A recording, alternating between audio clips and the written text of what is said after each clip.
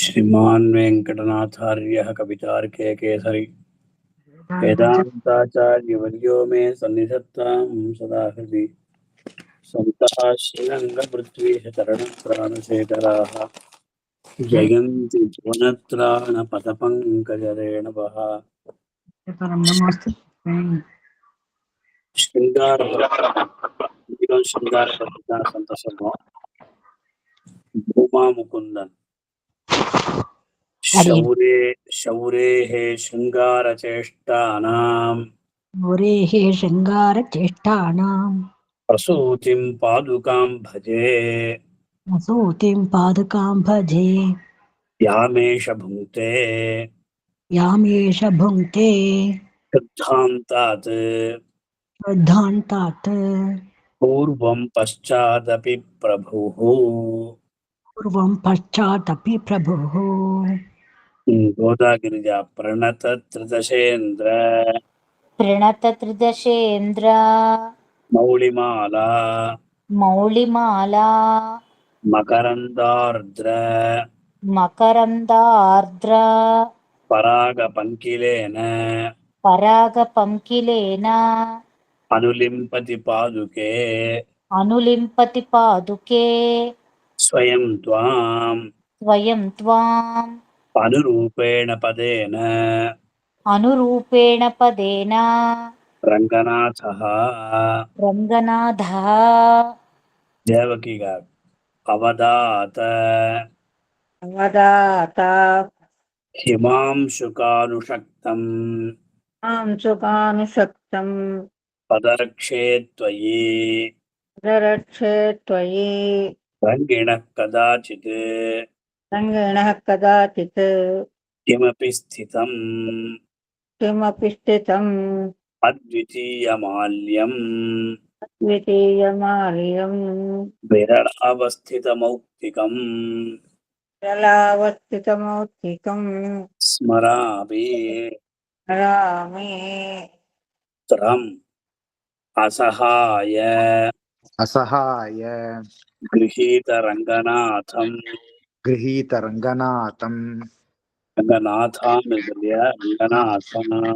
रङ्गनाथम् अवरोधाङ्गण सीम्नि पादुके त्वाम् सुदृशः स्वयमर्चयन्ति दूरात् अपतंसोत्पल वासितैरपाङ्गैः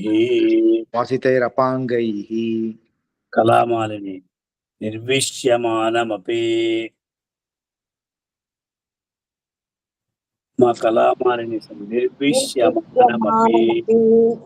नूतन सन्निवेशम्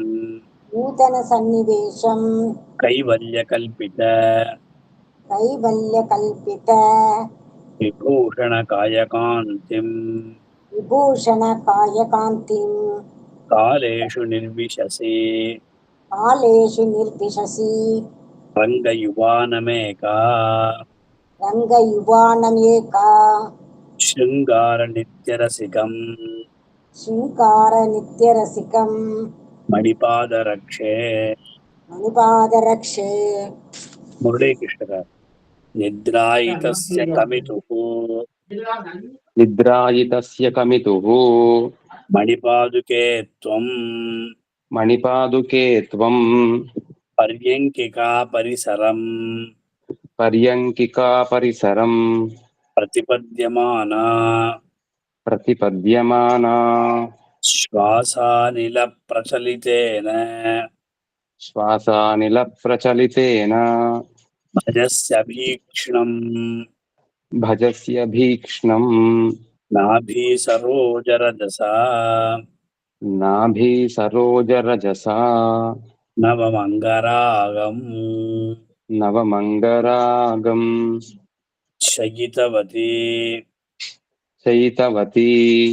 रजन्यां पादुके रङ्गबन्धौ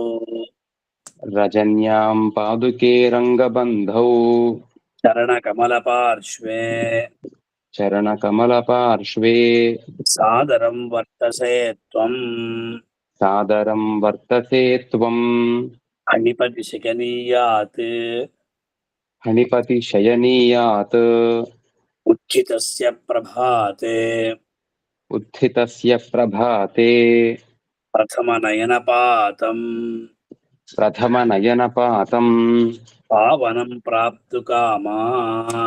పావనం ప్రాప్తుకామా.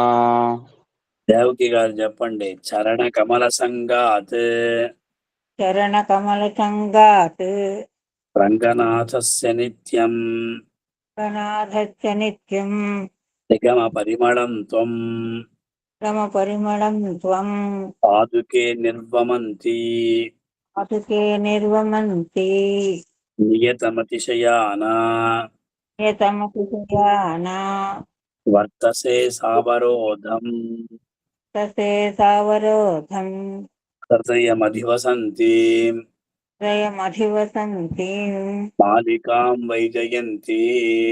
ఫలితాం వైజయంతి. గోరగారు ఉపనిషదబలాభిః ఉపనిషద బలాభిః నిత్యముత్తంసనీయం నిత్యముత్తంసనీయం కిమపి జలధికన్యా కిమపి జలధి కన్యా హస్త సంవాహనార్హం హస్త సంవాహనార్హం తవతు చరణరక్షే తవతు చరణరక్షే దేవి లీలారవిందం దేవి లీలారవిందం చరణ సరసిజం తత్ చరణ సరసిజం తత్ చారు చాణూరహం తుః. చారు చాణూరహం తుః. ఎవరు లేరు హోదానే. ఇంకా మురళీకృష్ణ గారు ముగించండి. అఖిలాంత పురవారేషు అఖిలాంతః పురవారేషు అనేకవారం అనేకవారం పదావనిస్వైరం పదావనిస్వైరం అనుభవతి రంగనాథః అనుభవతి రంగనాథః విహార విక్రాంతి సహచరీం భవతి విహార విక్రాంతి సహచరీం భవతీం. ఇది కవితార్క్య సింహస్య సర్వతంత్ర స్వతంత్రస్య శ్రీమద్వేంకటనాథస్య శ్రీ వేదాంతాచార్యస్య కృతిషు శ్రీరంగనాథ పాదుకా సహస్రే శృంగార పద్ధతి సంపూర్ణ శ్రీరంగనాథ దివ్యమణి పాదుకాభ్యాం నమః. దేశికుల వారు ఈ స్తోత్రం ద్వారా పాదుకల యొక్క ప్రభావాన్ని తెలియజేస్తున్నారు. పాదుకాదేవితో రంగనాథుడు ఏ ప్రకారంగా సమస్త భోగాల్ని అనుభవిస్తున్నాడో ఆ ప్రకారాన్ని ఇక్కడ కావ్య రూపంగా తెలియజేయడం ఇది ఒక సంప్రదాయం అన్నమాట. రంగనాథుడు నిద్రపోతున్నాడు. 256వ శ్లోకం. నిద్రాయితస్య కమితుః మణిపాదుకే త్వం పర్యంకికా పరిసరం ప్రతిపద్యమానా శ్వాసారిల ప్రచలితేన భజస్స భీక్ష్ణ నాభీ సరోజరజసా నవమంగరాగం. ఈ శ్లోకంలో రంగనాథుడు నిద్రిస్తున్నాడు, శయనించి ఉన్నాడు. రంగనాథుడు శయనించి ఉన్నటువంటి సందర్భంలో పాదుకాదేవి మెలకువగా ఆ పర్యంకంలో నిద్రిస్తున్నటువంటి ఆ రంగనాథుని యొక్క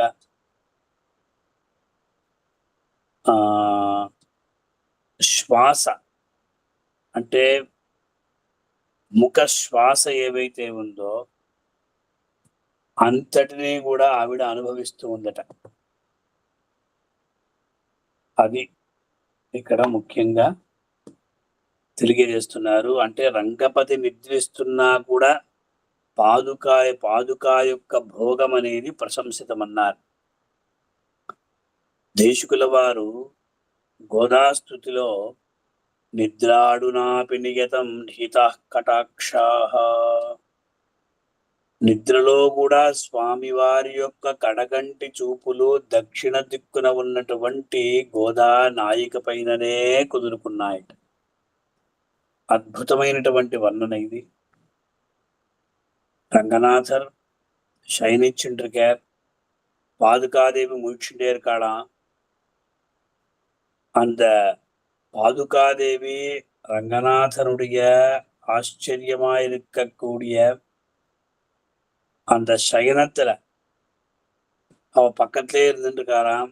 எம்பெருமான் தூங்கிட்டே இருக்குச்சே, அவன்கிட்ட இருந்து வருகின்ற அந்த காத்து, மூச்சு காத்தானது அது ஒரு விதமான ஆனந்தத்தை கொடுக்கிறதா.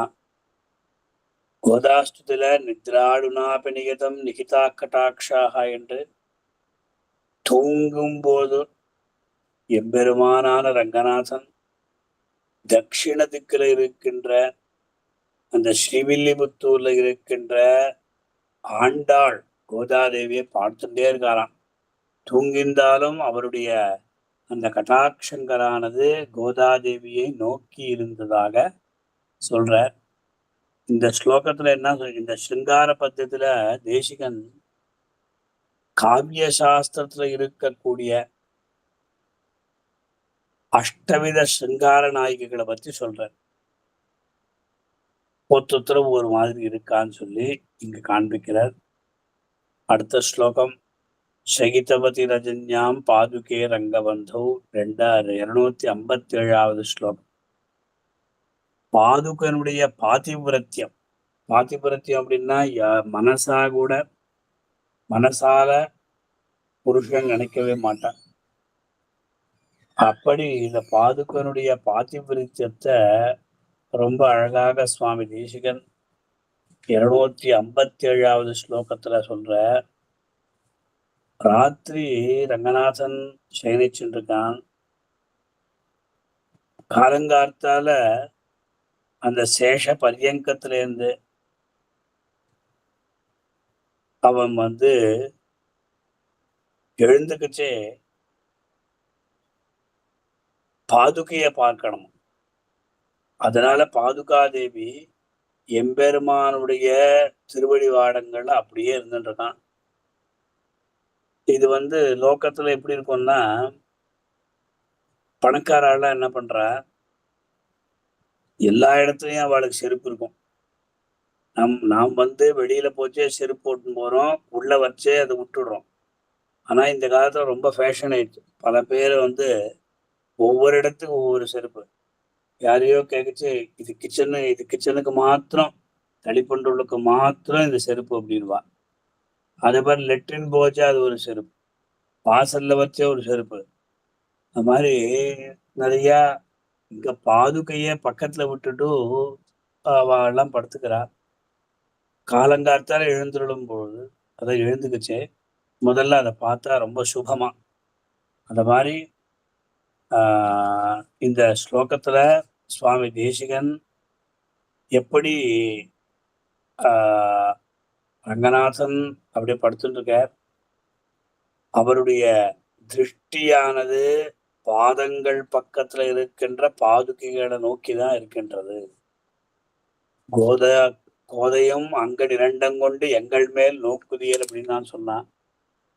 நமக்கு ஒரு சின்ன கதையும் நமக்கு தெரியும். கிருஷ்ணன் யார் பட்சம் இருக்கணும் அப்படின்னா, துரியோதனன் பட்சமா, பார்த்தன் அர்ஜுனன் பட்சமா அப்படின்னு பார்த்தா, முதல்ல நான் தூங்கி எழுந்திடும் பொழுது என்னுடைய கட்டாட்சமானது யார் மேல விழுந்தோ, நான் யார முதல்ல பார்க்கிறனோ அவா பட்சம்தான் இருப்பேன் அப்படின்னு சொல்லிட்டார் கிருஷ்ணர். துரியோதன அகங்காரி, அவன் எம்பெருமானுடைய அந்த திருமுடி அப்படின்னு சொல்றோம், அதாவது தலை பக்கத்துல போய் இருக்கிறானா. அர்ஜுனன் எம்பெருமானுடைய திருப்பாதங்கள்ல அப்படியே அங்க போய் நிக்கிறானா. இது அங்க என்ன நினைச்சுட்டு இருக்கா எல்லாரும் அப்படின்னா, இந்த துரியோதனனானவன் நம்மளதான் முதல்ல பாப்பா நினைச்சுட்டா. ஆனா அந்த மாதிரி இல்ல, பெருமாள் எழுந்துட சமயத்துல அங்கேருந்து அப்படி பார்க்கச்சே அந்த பாதுகாதேவி தான் இருந்தாலும் அதனால அவளை அனுகிரகம் பண்ணா. இப்படி இங்க சொல்றார். పాదుకా దేవి యొక్క పాతివ్రత్యాన్ని చెప్పేటువంటి శ్లోకం ఇది. రంగనాథుడు పవళించి ఉంటాడు. అటువంటి స్వామి తెల్లవారి లేచే సందర్భంలో మొట్టమొదటగా పాదుకల్ని చూసే విధంగా ఉంటాడట. అలాగే పాదుకాదేవి యొక్క వైభవం ఏమిటంటే స్వామివారితో పాటు ఆవిడ కూడా ఉండట. లోకల్లో ఎంతో మంది దేవదేవ దివ్య మహిషులు ఉన్నా కూడా మొట్టమొదటగా రంగనాథుడు పాదుకనే చూస్తాడు. ప్రథమ నయనపాతం అనేది ఎంత పావనంగా ఉంటుందో వాళ్ళకే తెలుసు. అదే ప్రకారం ప్రభాత కాలంలో సర్వేశ్వరుడు తన యొక్క 2 కన్నులను ఎవరిపైన ప్రసరిస్తాడో వారి యొక్క పాపాలంతా కూడా పోతుందట. అలా ఆ ప్రకారంగా ఇక్కడ తిరిగి తెస్తున్నారు. మనకు మహాభారతంలో కూడా పైన ఇక్కడ మొట్టమొదటగా అర్జునుడు భగవంతుణ్ణి అడిగాడు, దుర్యోధనుడు అడిగాడు. మొట్టమొదటి దృష్టి ఎవరిపైన పడుతుందో వారి పక్షాన్ని నిలుస్తానన్నాడు. ఆ సమయంలో దుర్యోధనుడు ఎంతో అహంకరించి ఆ కృష్ణుడి యొక్క ఆ తల పక్కన ఉన్నాట. కృష్ణుడు పడుకో ఉన్నాడు, పాదాల దగ్గర అర్జునుడు ఉన్నాడు. అలా లేచే సందర్భంలో అతని యొక్క దివ్యమైనటువంటి దృష్టి అనేది అర్జుని పైన పడింది కనుక అర్జునుడి పక్షాన్ని నిలిచి యుద్ధాన్ని గెలిపించాడన్నది మనకి శాస్త్రం మహాభారతం తెలియజేస్తుంది. ఇలా ఈ ప్రకారంగా ఈ శ్లోకంలో చెప్తారు.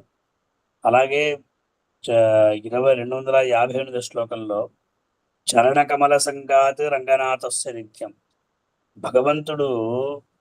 భగవంతుని యొక్క వక్షస్థలం ఎంతో వైభవంగా ఉంటుందండి. భగవంతుని యొక్క వక్షస్థలంలో మహాలక్ష్మి వేంచేసి ఉంటుంది. శ్రీవత్సం అనేటువంటి పుట్టుమచ్చ ఉంటుంది. వైజయంతి అనేటువంటి వనమాల. ఈ ప్రకారంగా దేవదేవుని యొక్క దివ్య వక్షస్థలం శోభాయమానంగా ఉంటుంది.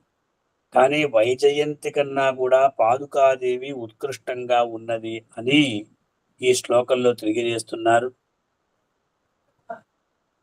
అందులో ముఖ్యంగా వైజయంతి వనమాలీగది శార్ంగి శంఖి చక్రీ జలదగన్నదిగా ఆపాద పద్మం యామాల వనమాలేతి సామత అన్న రీతిగా ఆ వనమాల చాలా చాలా బాగుంటుంది. రంగురంగుల పుష్పాలతో అలంకరింపబడి ఉంటుంది. అటువంటి అద్భుతమైనటువంటి మాలను భగవంతుడు ధరించి ఉంటాడు. దానికి వనమాల అని పేరు. కానీ ఒక పక్క గోదాస్థుతిలో వనమాల కన్నా కూడా గోదాదేవి చాలా ఉత్కృష్టమైనది అని గోదే భవతి అధరితాకలు వైజయంతి అని కూడా చెప్తున్నారు. అంటే వైజయంతి కన్నా కూడా గోదాదేవి మిన్న అన్నారు. ఈ శ్లోకం ద్వారా దేశికుల వారు వైజయంతి కన్నా కూడా అక్కడ పాదుకాదేవి మిన్న అనేటువంటి ఒక తత్వాన్ని తెలియజేస్తున్నారు ఈ శ్లోకంలో. இந்த ஸ்லோகத்தின் மூலமாக வனமாலா அப்படிங்கிற ஒரு ஆச்சரியமான ஒரு மாலையை எம்பெருமான் தரித்து கொண்டிருப்பான். அந்த எம்பெருமானுடைய ஆச்சரியமான வக்ஷஸ்தலமானது மகாலட்சுமியோடும் ஸ்ரீவத்சம் என்கிற ஒரு மச்சையோடும் வைஜெயந்தி என்கிற வனமாலையோடும் ரொம்ப சோபையா இருக்கும். ஆனா கோதாஷ்டத்துல வைஜெயந்தி அதற்காட்டிலுமே கோதாதேவி ரொம்ப உயர்ந்தவள் அப்படின்னு சொன்னார். இந்த ஸ்லோகத்துல அந்த மாதிரி சொல்லாத அந்த வனமாலை வைஜெயந்தி அதற்காட்டிலுமே இங்க பாதுகை என்றது ரொம்ப உத்கிருஷ்டமா இருக்கின்றது என்று ஹிருதயம் அதிவசந்தீம் மாலிகாம் வைஜெயந்தீம் அப்படின்னு சொல்லி ரொம்ப ஆச்சரியமா சொல்றார். அடுத்தபடியாக 259வது ஸ்லோகம். இந்த பாதுகாதேவி அந்த எம்பெருமானிடத்தில் பாதுகாதேவிக்கு எவ்வளவு ஒரு ஆசை இருக்கின்றது. அந்த உபனிஷத்து என்கிற ஸ்திரீக்கள் அவர்களாலே இவன் வந்து பூஷிக்கத்தக்கவன். அதே மாதிரி அந்த எம்பெருமானுடைய சரண கமலங்கள், எம்பெருமானுடைய ஆச்சரியமான திருவடிகள், அந்த பாதுகைகளுக்கு ஆசிரியமாயிட்டான். அதாவது எம்பெருமானுடைய திவ்ய திருவடிகளை இந்த பாதுகாதேவி அப்படி தரிச்சுருக்கான். அப்பேற்பட்ட தான் என்ன நினைச்சாலும் அது இங்க நடக்கும் அப்படின்னு சொல்லி இங்க காண்பிக்கிறார். భగవంతునికి పాదుకా పారవశ్యం గురించి చెప్తున్నారు. ఉపనిషత్ కాంతలు భగవంతుణ్ణి సర్వగంధుడు అని చెప్తున్నది. అందువల్ల మహాలక్ష్మి ప్రతిరోజు కూడా పాదుకల్ని ఒత్తుతూ ఉంటుంది. మహాలక్ష్మి పాదుకలను ఒత్తుతూ ఉంటుంది. ఆ పాదుకాదేవి కన్నా కూడా అంటే ఈ మహాలక్ష్మి అదే ప్రకారం ఇక్కడ ఆ పాదుకలు ఇవి భగవంతుడికి ఎంతో ప్రేమగా ఒక ఆనంద అనుభవాన్ని కలిగించే విధంగా ఉన్నది అని చెప్పి పాదుకా పారవశ్యాన్ని ఈ శ్లోకం ద్వారా తెలియజేస్తున్నారు. చివరగా అఖిలాంత పురవారేషు అనేకవారం పదావని స్వైరం అనుభవతి రంగనాథ విహార విక్రాంతి సహచరీం భవతీం అనేటువంటి శ్లోకం ద్వారా శృంగార పద్ధతిని ముగిస్తున్నారు దేశికుల వారు. స్వామి పాదుకాదేవి పాదుకాదేవి శ్రీరంగనాథుడు ఎక్కడెక్కడ విహరిస్తాడో అక్కడక్కడ నువ్వు వెళ్తున్నావు. అంటే ఆ లీలా సంచారం విక్రాంతి పరాక్రమందు సహచరి తోడకూడి చరించేటువంటి భవతి నిన్ను అఖిల అంతఃపుర వారేషు సకల అంతఃపుర స్త్రీ భోగకాలాల్లోనూ పలుసార్లు స్వేచ్ఛగా అనుభవిస్తాడు అన్నాడు. Simple thing. విహార సందర్భాల్లో కూడా రంగనాథుడు పాదుకల్ని విడవడటం, భగవంతుని యొక్క విహారాలను కూడా చూసేటువంటి భాగ్యం అనేది పాదుకలకు కలిగినది. అది మాత్రం కాదు, చమత్కరిస్తూ దేశికుల వారు శ్రీదేవి భూదేవి నీడాదేవులతో భగవంతుడు లీలలను అనుభవిస్తూ ఉన్నా కూడా పాదుకలు ఈ అనుభవాలను ఆ లీలను చూస్తూ ఉంటుందట. అందువల్ల ఈ పాదుకలు ఎల్లప్పుడూ భగవంతుణ్ణి ఆశ్రయించి ఉంటాయి కనుక అన్నింటికన్నా కూడా పాదుకలు మిన్న అనేటువంటి తత్వాన్ని తెలియజేశారు దేశికుల వారు చివరగా శృంగార పద్ధతిలో. இந்த பாதுகாதேவி பெருமாள் அந்தரங்கமா இருக்கும் பொழுது, ஏகாந்தமா இருக்கும் பொழுது அவர்களுடைய தர்மபத்னிகளா இருக்கக்கூடிய ஸ்ரீதேவி பூதேவி அந்த மாதிரி நீடாதேவி அவளோட ஒரு சந்தோஷமா இருக்கும் பொழுதும் பாதுகாதேவி அங்கே இருக்குமா. அந்த மாதிரி அப்பேற்பட்ட எல்லா இடத்துலையும் அந்த எம்பெருமான் எங்கெங்க நடந்து போறானோ, எங்கெங்க இருக்கிறானோ, எங்கெங்க உட்கார்றானோ எல்லா இடத்துலையும் பாதுகைகளானது இருந்துட்டே இருக்குமா. அப்பேற்பட்ட பாதுகை நமக்கு அனுபவித்து ரங்கநாதா விஹார விக்ராந்தி சகச்சரியம் பவதியும் அப்படின்னு சொல்லி இந்த ஸ்லோகத்துல சொல்றார். இத்தோடு நாம் நிறுத்திக்கலாம். மறுபடியும் அடுத்த தடவை பார்க்கலாம். ஸ்வஸ்தி கவிதார்க்கே சிம்ஹாய கல்யாண குணசாரணே ஸ்ரீமதே வெங்கடேஷாய வேதாந்த குரவே நமஹ.